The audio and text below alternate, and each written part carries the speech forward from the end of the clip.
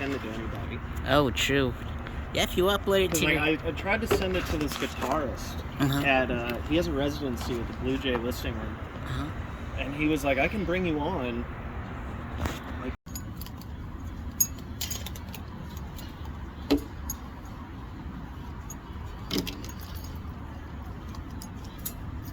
Hey, Jack. How you doing, Sareth? Great. How are you? Welcome to Hold It Tomatoes. Thanks for having me. It's my first podcast interview ever, so Sweet. Always wanted to do it. Awesome. I'm pretty excited myself. Is it recording? I think it's recording. Looks like it. I just can't see the time thing. It's blocked out. But yeah, dude. Thanks. We're gonna make it a special edition called Hold It Tomato Juice instead. Okay, great. I like that. That's very clever. Thank you, Val. So what are you drinking? It's white Maine kratom with mango, syrup in it, and then just an orange slice. Kratom tastes like shit, so you gotta put something in it. Or kratom, I guess is how you're supposed to say it, but I've always called it kratom. Good stuff. I'm having the iced matcha tea because matcha is my favorite tea. Matcha is good. Kind of tastes like spinach to me, though. Yeah, I can taste that. Yeah. Spinach, yeah. But I love green tea. Same here. We are at Kava Company in San Marco, and so why'd you go with why is that your favorite? Is that your favorite flavor? Well, I went with the white vein because I'm a little tired, and the white vein's supposed to give you energy. Some people call it a natural Adderall, I guess. But yeah, that's right. And in the mango, I just like mango. You could just, like I said, you gotta have something to kill the flavor. It tastes so bad. But white vein, just because I could use a little pick-me-up right now. And I don't think I have coffee, so. Yeah, I saw you drinking that big one at Shantytown last week, and I was like, that's massive. Yeah, it's a ton. Well, I use way more kratom than anyone should.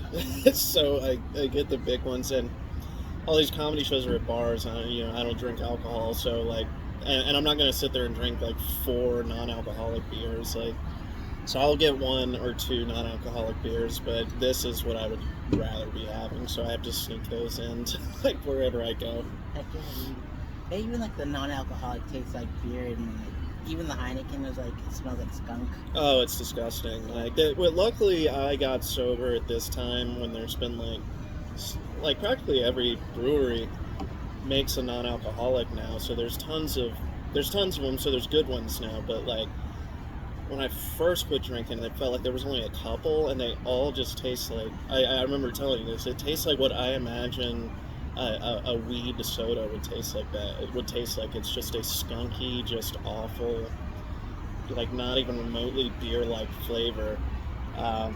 But there's good ones now. The Samuel Adams has an IPA. It's delicious. It's fantastic. So that's my favorite one, if I can get my hands on it.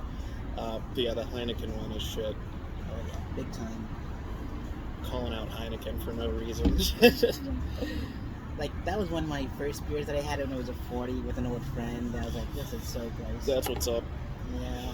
Wait, a 40 non-alcoholic or a 40 regular? Regular. Okay, Yeah. I was going to say, that is crazy. I couldn't even drink it myself. I was like, I haven't drank since when I was 21, because it was when you turn 21 you get free alcohol or whatever. And so Only buy it. that was the last time I drank anything. Good for you, man. What? It took me 10 years after I turned 21 to learn the lesson, but it was a blast. I sure do miss it. Well, actually I drank wine. Does that count? That still counts as alcohol. Well, it depends on how much you're drinking, I guess. If you have a glass or 2, I wouldn't call that drinking, but to me, if you're not blacked out, you're holding it together. Oh, okay. So, but that's just one alcoholic's opinion, so don't listen to me, trust me. That's true. Goodness, so you're a Jaguars fan? Oh, yeah. Yeah. I wanted to rep the city on this interview, so I even got my Jaguars SpongeBob socks on. They can't see it, but yeah. And this is the craziest Jaguars shirt I've ever seen. It's Trevor's helmet is a Jaguar. It's so bizarre that I just had to buy it. I think it's off Etsy. Someone just some whatever person made, and I was like, that's so insane, I have to buy it right away. It's just so funny to me. Absolutely. Good stuff. So Jack, so this is like the usual questions I ask all the comics I've interviewed, and there's like 1,000 interviews on my YouTube channel. Oh god. Yeah, too many to ask. That's awesome. Yeah. So they're all mostly local, but a few like famous ones and stuff, but who's counting? But like what inspired you to perform stand-up?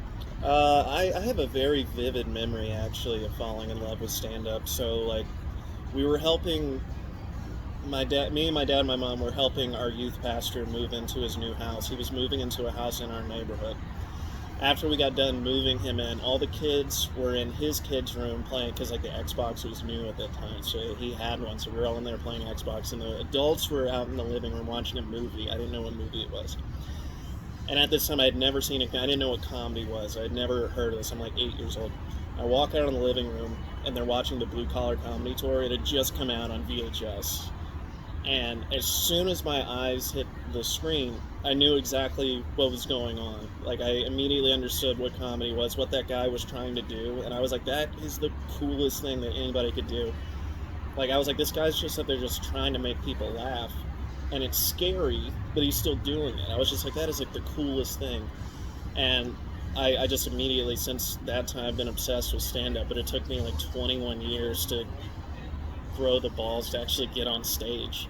And dude, I was 29 the first time I got on stage. I was 4 days away from turning 30, so it took me that long to actually get on stage. But I just immediately completely fell in love with comedy. It's by far my favorite art form, even more than music.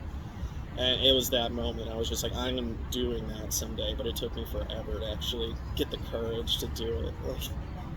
That's how old I was around that time when I first started comedy too. So you're on the right track. Yeah, I actually picked 29 because when I was like in my worst period of drinking, I was out of work, just sitting at home, like just drinking and watching podcasts with comedians. And I realize now what I was doing is I was watching people who had lived the life that I wished I had lived, and I was jealous watching them on these podcasts, telling all these anecdotes about their careers. And I was like, I waited too long, because I was 28 at this time. I was like, I waited too long. I'm never going to be able to do it. I'm too old. And then I watched Ron White on an interview, and he said he was 29 the first time he did stand-up. And I was like, all right, there it is. I still have a chance. Like, if I can do it, if he started at 29, he made it, then there's still a chance for me. So I was like, I have to do it when I'm 29. It can't be 30. And I put it off until 4 days before I turned 30. But I started at 29, so that was like that. That's why I picked that age. Mainly because I was scared, but also because I was like, Ron White started at 29 and he's made $1 billion, so maybe there's a chance for me too. I believe you have a chance. I appreciate it. Yeah. Good stuff.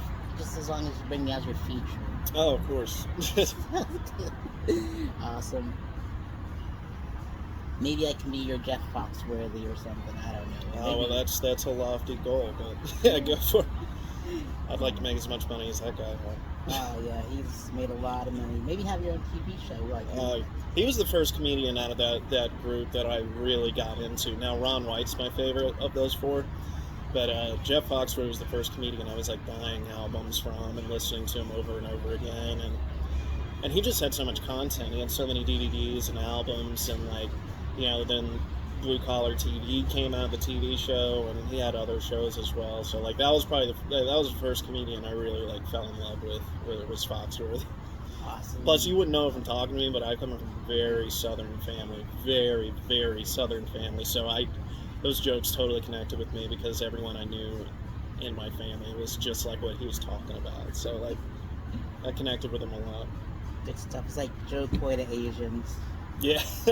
He's great too. I couldn't believe that I thought he was like gone. I hadn't heard from him in years, and he's still selling out arenas. It's weird. Like he's hilarious, but I felt like I hadn't heard from him since like 2008 or 9. He did a special around then, and I feel like I hadn't heard of him. And then I saw he was coming to Jacksonville, and I was like, oh shit, he's at the arena. Like he's still like doing arenas. So like obviously he's doing well. I saw you did. I don't know if you interviewed him or whatever, but you had a little video where he was like welcoming people to your podcast or something like that? Like, to the fest. is that what it was? Okay, yeah. No, I saw that. I was like, what the fuck? Sareth's got Joe Coy on here. That's awesome. I didn't mean to. It was at the Florida Theater, backstage, and he was doing meet and greets. Oh, okay. And so I found my way up there, and I told him he just meant so much to Asian comics because there's not a lot of us. Right. And then he goes, you got an upcoming show you want to promote because you said so many lovely things about me, And I'm like, well, somebody sure. I have a festival named after me, and I didn't mean for it to happen. He goes, let me see your phone real quick, and I'm like, boom, he does all this stuff and films it. And then he takes like a bunch of selfies with me, and then like he just shuffled through all those filters. I'm like, how do you do all that? I didn't even know how to do that stuff. He's probably so used to taking pictures of people that... Big time. And then there's this, he goes, and then before I left, he gave me this card. He goes, Sareth, do you know this comic? He gave me this card because he wants to be my opener or feature or whatever. Mm-hmm. And I go, I don't know who that person is. And because I've interviewed all the comics and I don't know who that is. And then I think he chucked the card away or something. And I felt bad. Yeah. Then I found out who it was, and I'm like, oh, he really is a comic. He just does cruise ships. Oh, goodness. Oh, well, it happens. Yeah. Oh, man. So, what was the feeling like when you first performed? What was the feeling like when you first performed stand-up? I mean, definitely nervous, but I don't know. I think I had like a little different goals than most people do the first time. Like all I wanted was to have the balls to actually get up on stage and say what I had written. Like I was worried about not doing it, just not having the courage to do it, and then I was worried that I'd get up there and freeze or panic and just start saying stuff. Like all I wanted was to get up, do it, and say what I had written down, and then be done with my first time. That was it. So once I did that, then I won. I felt accomplished in that. I was definitely nervous because I'd already quit drinking, so I couldn't have any alcohol to calm my nerves or anything. But I don't know. I just wanted to get it done, and so when I did that, then I felt great. I felt like I had won. It was kind of funny because it was at Shantytown, and Joey Nickel was hosting. He did something so cold to me. It's so funny that I did my set. I maybe lasted 4 minutes, and he was outside during my set, and he had to rush back in to take the microphone from me. And he was like, "Was that your first time?" And I was like, "Yeah." And he was like, "Good job, man. You got it." And he goes, "I'm just kidding. I wasn't listening." Oh. It was so funny. Oh, man. Oh, it was hilarious. Oh, Joey. He was on my special that I recorded, and it's a secret stand-up special, so you have to go and look for it. So it's on my Instagram and Linktree or whatever. Okay. But I just interviewed a bunch of comics from all over northeast and central Florida, and they're all on there. It's like the 9-hour special. Oh my god. Yeah. It was a good time. You're cranking out the content, man. Big time. But I know it was bad because it was just I just wanted to film a special on my own. Yeah. No, that's very cool. And so I ended up making 2 of them, but it's just they're all the same jokes recycled, but different stages. No, that's cool. I like seeing that, people that film specials like that where it's clearly the same act, but the special is filmed in multiple venues. Like Chris Rock did that with Kill the Messenger, and Adam Sandler. Have you seen Adam Sandler's special, 100% Fresh? I don't have any of those streaming sites. Oh, it's amazing. It's so good. I would have never thought Adam Sandler was that good of a stand-up. Wow. But it's little bits from each stop on his tour, all edited together to make one cohesive special. It's amazing. And so you got to see it. 100% Fresh. It's so awesome. I'll have to see if I can find it, and I'm sure someone will give me their Netflix or something. But yeah, Sam Talent did that for his Amazon special. Oh, okay. Yeah. I just watched him for the first time recently. I'd heard the name, but I hadn't watched him yet. I just checked him out. I love him live. There's nothing like it. Oh, yeah. Oh, man. Any stand-up for me is live is just amazing. Yeah, for sure. Especially in a club or a theater setting. For me, I hate the arena setting. I'll go to it, but it's just not a good setting for comedy. But I love a nice theater or even a crappy comedy club, because that's like intimate. But a theater is just way too big, way too many people. Even if you sit close, too loud, there's too much going on. People are moving. I hate the arena setting personally. That's how I felt about Fully Loaded. I mean, Dan Soder had the best set, in my opinion. Everyone had 10-minute sets, and then like Bert had like 20, 30. Oh, so he did a short time too. And like they had an intermission, and like Cypher Sounds went on twice. I'm like, because they had to replace Bobby Lee because he got injured. Oh. Yeah. And I'm like surprised. I was like bummed because like they didn't put any locals on the bill.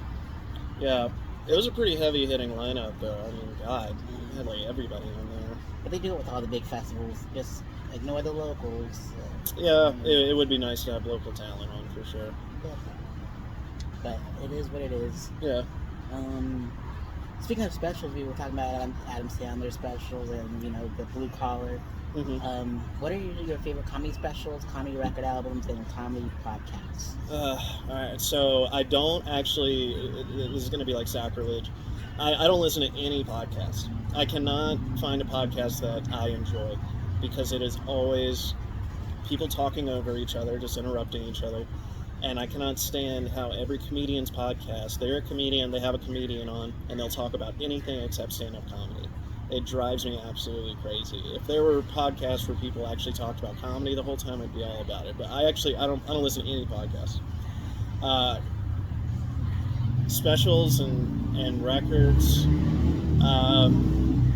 My favorites, just like off the top of my head, Dave Chappelle, For What It's Worth, and The Bird Revelation are my two favorites. George Carlin, Jammin' in New York, Bill Hicks, Sane Man. Bill Burr, I'm Sorry You Feel That Way, the one he did in black and white at the Tabernacle at Atlanta. I love that one. That's my favorite Bill Burr. Lately, I've been really on Sam Morril and Joe List, all their stuff. I'm sure I'm missing a ton, but those are just like the first ones that come to my mind. But favorite comedians of all time, like my rough top 5 would be Dave Chappelle, George Carlin, Bill Hicks, Bill Burr, and I'm literally forgetting my 5th one right there. I said Bill Hicks, George Carlin, Dave Chappelle, Bill Burr. I'm blanking on my 5th one. Was it Ron White? No, Ron White's probably top 10, but I'm totally blanking right now. I'm sorry. Well, that should be your Mount Rushmore then. There you go. That's my Mount Rushmore. Oh, Louis C.K. Oh my God, everything Louis did is my favorite album, but especially. He recorded his last special at the Dolby, but he did a live event of the same material at Madison Square Garden called Back to the Garden, and that live show, I think it's the same material, but just a way better energy than the one he did at the Dolby. So that one's my favorite. It's actually his most recent, before he took a year off. That one, he was just not giving a fuck in the most amazing way. It was fantastic. So yeah, those are top 5 right there. Good stuff. Saw the bug. I was like, you're not gonna buy it. Is that what it was? Man. What else is there? If you can go on tour with any local and international comic, which comics would you pick? Like ones that are not like famous yet, or just anybody? One of each category. Famous. One of each category. Like locals, like. I guess you couldn't call him a local anymore, he's in Orlando, but Amir Schumann is the funniest person to me that I've seen, like, locally. There's tons of other local people that I love. I'm just not going to go through them all, but to me, like, Amir was the first comedian I saw in Jacksonville, and I was like, is that what I had? Because I hadn't done comedy yet. I was like, is that what I have to be like? Like, I have to compete with that? Like, because that's not going to happen. He's too good. But then I saw some other open micers. I was like, okay, I can definitely do this. But for the not famous people yet, local, I'd say Amir. For an already famous one, probably Louis C.K., because if I could steal anyone's material and make it mine, it would be his, no doubt. Like, he's easily the person I most want to be, like, on stage. In terms of material, not so much his extracurricular activities. Yeah, I was gonna ask you about it, but I'm like, no, it's not a good time. But my friend Ariel Isaac Norman out of Austin, like, opened for him like on a bunch of theater shows like a couple years ago. Yeah. And she was pretty awesome to like be on a show with too. So she got to do my Daytona Fest, and it was awesome. That's awesome. Yeah, that would be a dream to get to see that guy actually work and how he comes up with his insane material. Like, and especially because he throws his act out every year. That seems like insane to me. I couldn't imagine writing an hour plus every year for... He's been doing that for like 20 years now. I don't see how you could possibly do that. That is pretty nuts. So that's what makes him like one of the greatest ever. For sure, I cannot do that. I'm like, no. I love polishing my turds. Yeah, right. Let's see here. We would like a couple of those guys, like you mentioned, Dave Chappelle and stuff, and I've seen him in like movies and film and TV. And so, what are your favorite sitcom, sketch shows, and comedy films? Comedy films. I love like silly comedy. Like my favorite comedy movies are like Dumb and Dumber, Anchorman, Zoolander, Step Brothers. Love Will Ferrell, obviously. Talladega Nights, all those that mid 2000s Will Ferrell and the mid 90s Jim Carrey are like the two funniest movie actors ever to me. Sitcoms, I don't watch a lot of shows. I'm like a movie guy, but like I love The Office. And I actually had to see that one as it came out. Like I started watching in like 2005, so I remember like all those classic episodes we watched every Thursday night. So like The Office would be my favorite like sitcom, but I don't watch a ton of it. A little bit of Friends, little Scrubs, which I like both of those, but the only sitcom I've ever like obsessed over is The Office. I watched the first 4 seasons because my friend Freddie recommended it, and goes, stop after that. I'm like, well, there's some good stuff after that, and I feel like if you give the last 2 seasons a second watch, you'll actually come to love Robert California and what is Nellie, her name, the British lady with the red hair. The first time you watch those characters, you hate them, but then after a couple watches, you're like, they're actually hilarious. So like, season 9's the only season that I straight up hate. Oh. That's the only one that I straight up will not watch. I always stop at season 8. Season 7 is one of the best seasons to me. The one where Michael leaves. That's one of the probably like my 4th favorite season. I think it's fantastic. Good to know. I haven't seen the British version of it, but I hear it's pretty good too. I tried. I didn't get it. It's super British. Like, I love Ricky Gervais, but I wasn't picking up on that like wry British wit. I guess I didn't understand it. I'm sure it's a great show, but I didn't really get what was going on. For sure. He was in this movie called Ghost Town. Have you seen it? Mm-mm. Oh, it's pretty good. Yeah. He plays a dentist, and like he starts sneezing like when he's walking, and he goes, someone said excuse me, and that person was a ghost. Cause like every time he sneezes, it's actually a ghost that he sees, and they're like, hey everyone, he can see us, and then they ask him for all the help. It's really interesting. Ghost. Is that a comedy? Or? Yeah. Oh, okay. Yeah. Well, I guess if with Ricky Gervais, it would have to be, but no, I haven't heard of it. It's pretty interesting. A good little heartwarming flick. I watched it on YouTube free with ads. So I'm like, very nice. Glad to give it a shot. That's a blessing when YouTube has a movie you want free with ads. Like, that's just like luck of the draw there. Big time. And favorite sketch shows? I used to be a huge Saturday Night Live fan, like early 2000s, and then I used to have all the best of DVDs, best of Will Ferrell, best of Chris Farley, all those. I loved Mad TV. Watched a little bit of In Living Color, not a ton, but definitely a Chappelle Show. Watched Mind of Mencia. I feel like it's probably not very rewatchable now. Because I was like 10 when that came out, so I was like, this is the greatest thing ever, but I'm sure if I watched it now, I'd be like, this is awful. But yeah, Chappelle Show, SNL, Mad TV, watched a lot of those. A little bit of Key and Peele too. Love those guys. And Jordan Peele's become just an awesome director. Oh yeah, I love his movies. Yeah, singular type of guy. There's no one that makes stuff like he makes right now. He's awesome. Mm-hmm. Loved Us. Oh yeah. It's a really sick movie. Yeah. I loved his, reimagining of Candyman. I know. Have you? Oh yeah, you told me about it. I haven't seen it yet though. Watch the first one and then his version. Second one's okay. Third one is so bad. So there's let's see if you can get roasted by 5 comedians, top 5 dead or alive.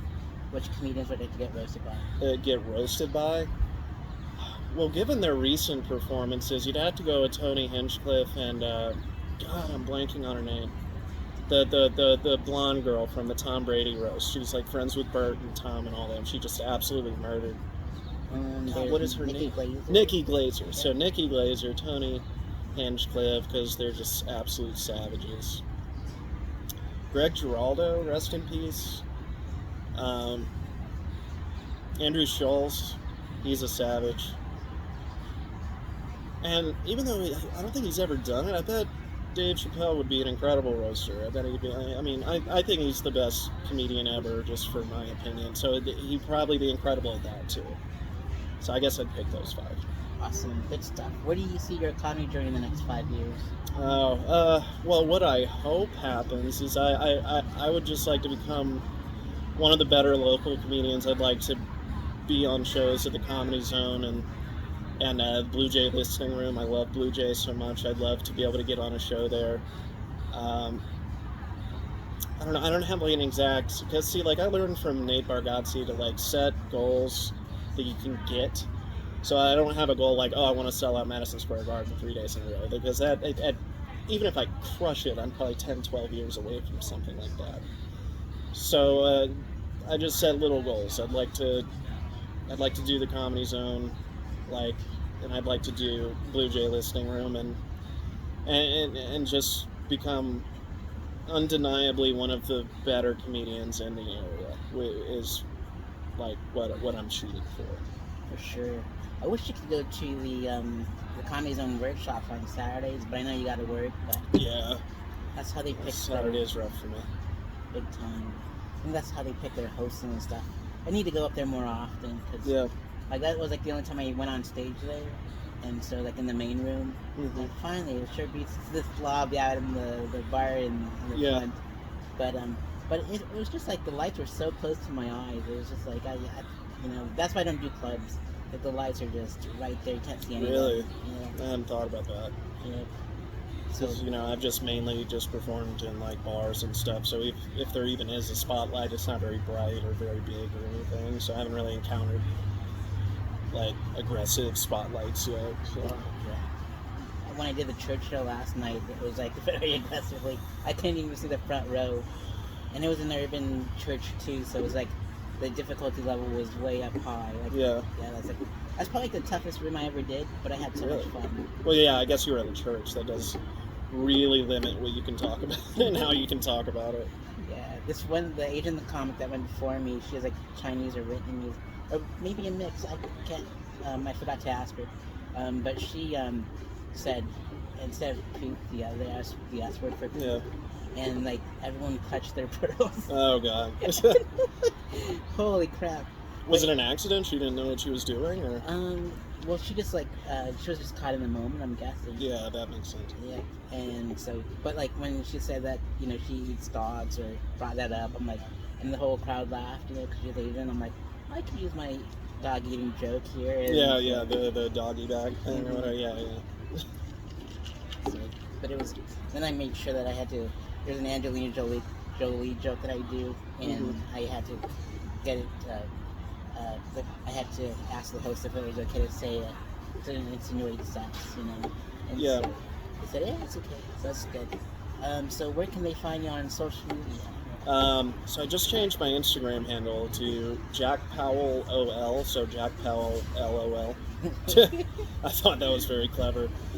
Just Jack Powell on Facebook, and then Jack Powell 11 on Twitter, X. But for comedy, I'm mostly just sticking to Instagram, because I feel like people interact more on Instagram than they do on Twitter.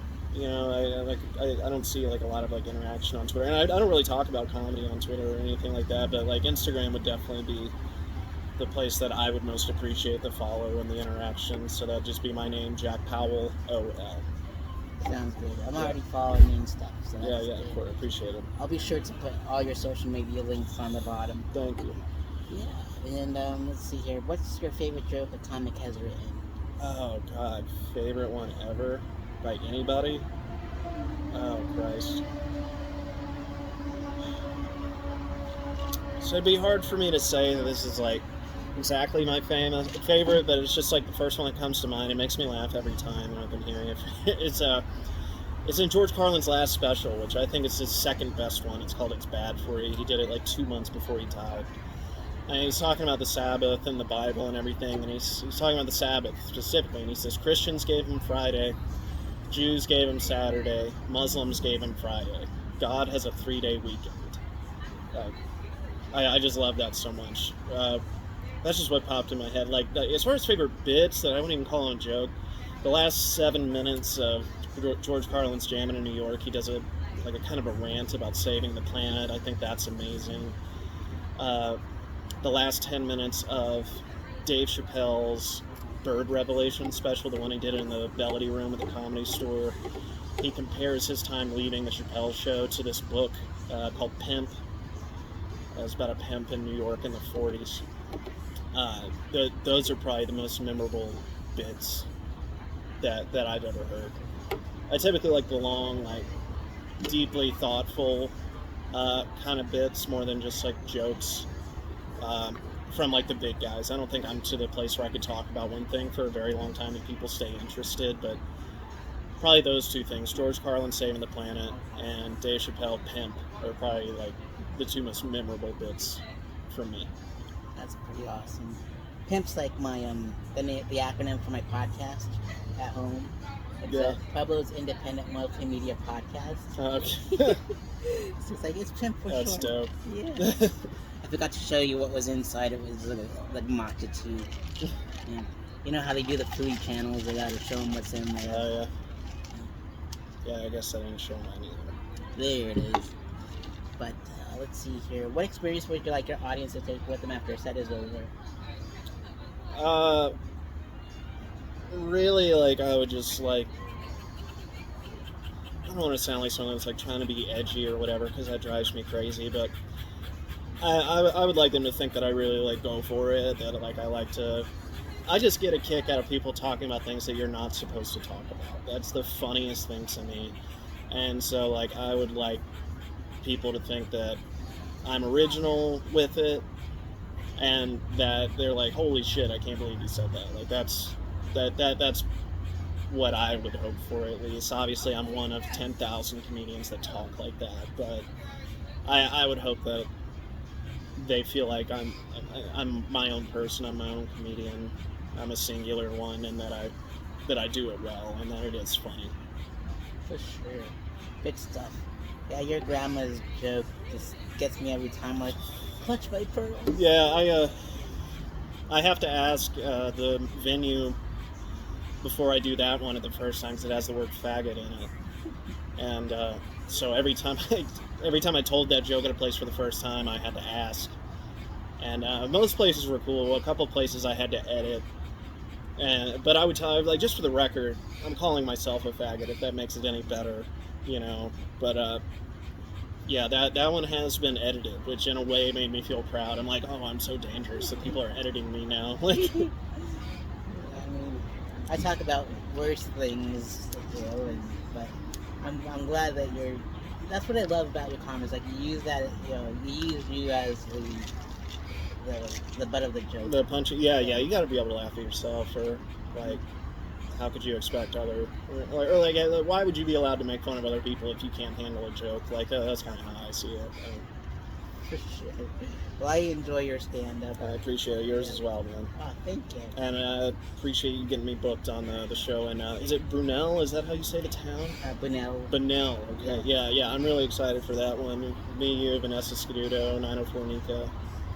Other ones that I don't remember, but I know you three pretty well. And he pulls Zella's out of Daytona Beach. So, okay. I don't know who else he's got on the bill, but hopefully they're just as funny. Seems like a lot. Yeah, I think I told him, like, cap it at 7 if we're going to do 10 minutes each, because people are gonna just like not even be entertained after a while. Yeah. And so he's putting like a blunt rolling contest in the middle. Oh my god. Yeah. So I'm like, all right, just put me and Jack in the beginning, so that way we can do Christy B's Comedy Club's open mic, and then we can just call it a day. Yeah. Because I'm not gonna stay there for that whole thing. I'm like, Yeah, hopefully I can make that open mic. I'm moving that day, actually. That's Really? my get the hell out day of my apartment. So hopefully I'm done on the 29th. where are you moving to? Same apartment, different unit. Oh. But I gotta get all my stuff out into the other one. But that's like the day. So I have to be done like the 29th because like I gotta do that show the next day, and that's really important to me. So yeah, that's gonna be a busy day for sure. I'll have to use a lot of this white vein to make sure I can bring the energy with me to the show. But I'm very excited for it. Very. Speaking of more shows, do you have any more shows coming up in the future? Oh no, this is only the second time I've ever been booked. Yeah. Ever. Like my first show was at the Walrus. It was Anna Lepley's Comedians in Drag Doing Comedy. That was the first time I ever got booked. I was like 2 months into doing stand-up, and we had never even met. But just someone recommended me for it, and she just took the recommendation and put me on the show, and it went well. I was perfectly happy with how the crowd responded and stuff, especially for being so new, and especially like, you know, being dressed like that. That is not my thing to like do drag or whatever. But I was like, this is my first opportunity at all in comedy. I have to say yes, and it ended up being great. I would totally do it again. Shout out to Anna Lepley. Yeah, I did her show in Daytona, and I think I told you I was a geisha. Yeah, I think you did tell me that. Yeah, but in like a juggalo makeup. So I was like a Violet Ney instead of Violent J. That's awesome. Yeah. And so I had like my swimsuit airbrushed. Instead of like a kimono, I had a bathrobe. I was like a Daytona geisha. That's really funny. That's what's up. Working the crowd. That's smart. Big time. I told her I was gonna retire, that I didn't want to win, so it ended up being a tie. Plus, like the final game is so graphic. Like, yeah, and I don't dance. I'm really glad I lost Really? before I got to the final round, because then when I saw they were having like a dance off, I was like, that is not me at all. I couldn't possibly do this. And plus, 904 Nika and CJ Couch just killed it. They just were going so crazy that I was like, there's no way I could have brought that energy to the show. Like, I can tell jokes and be funny, but like all this other stuff I don't have the skill for. Like, wow, that's so cool. it's a great show though. It is. She's like blowing up all over the place. Yeah, she's everywhere. She's absolutely everywhere all the time. Indeed. She was on my special too. Oh really? Yep, and Very CJ nice. as well. So you're gonna see those guys in there. Yeah, CJ's great. Mm-hmm. So any final words you'd like to give out to the audience? I think. Just support local comedy.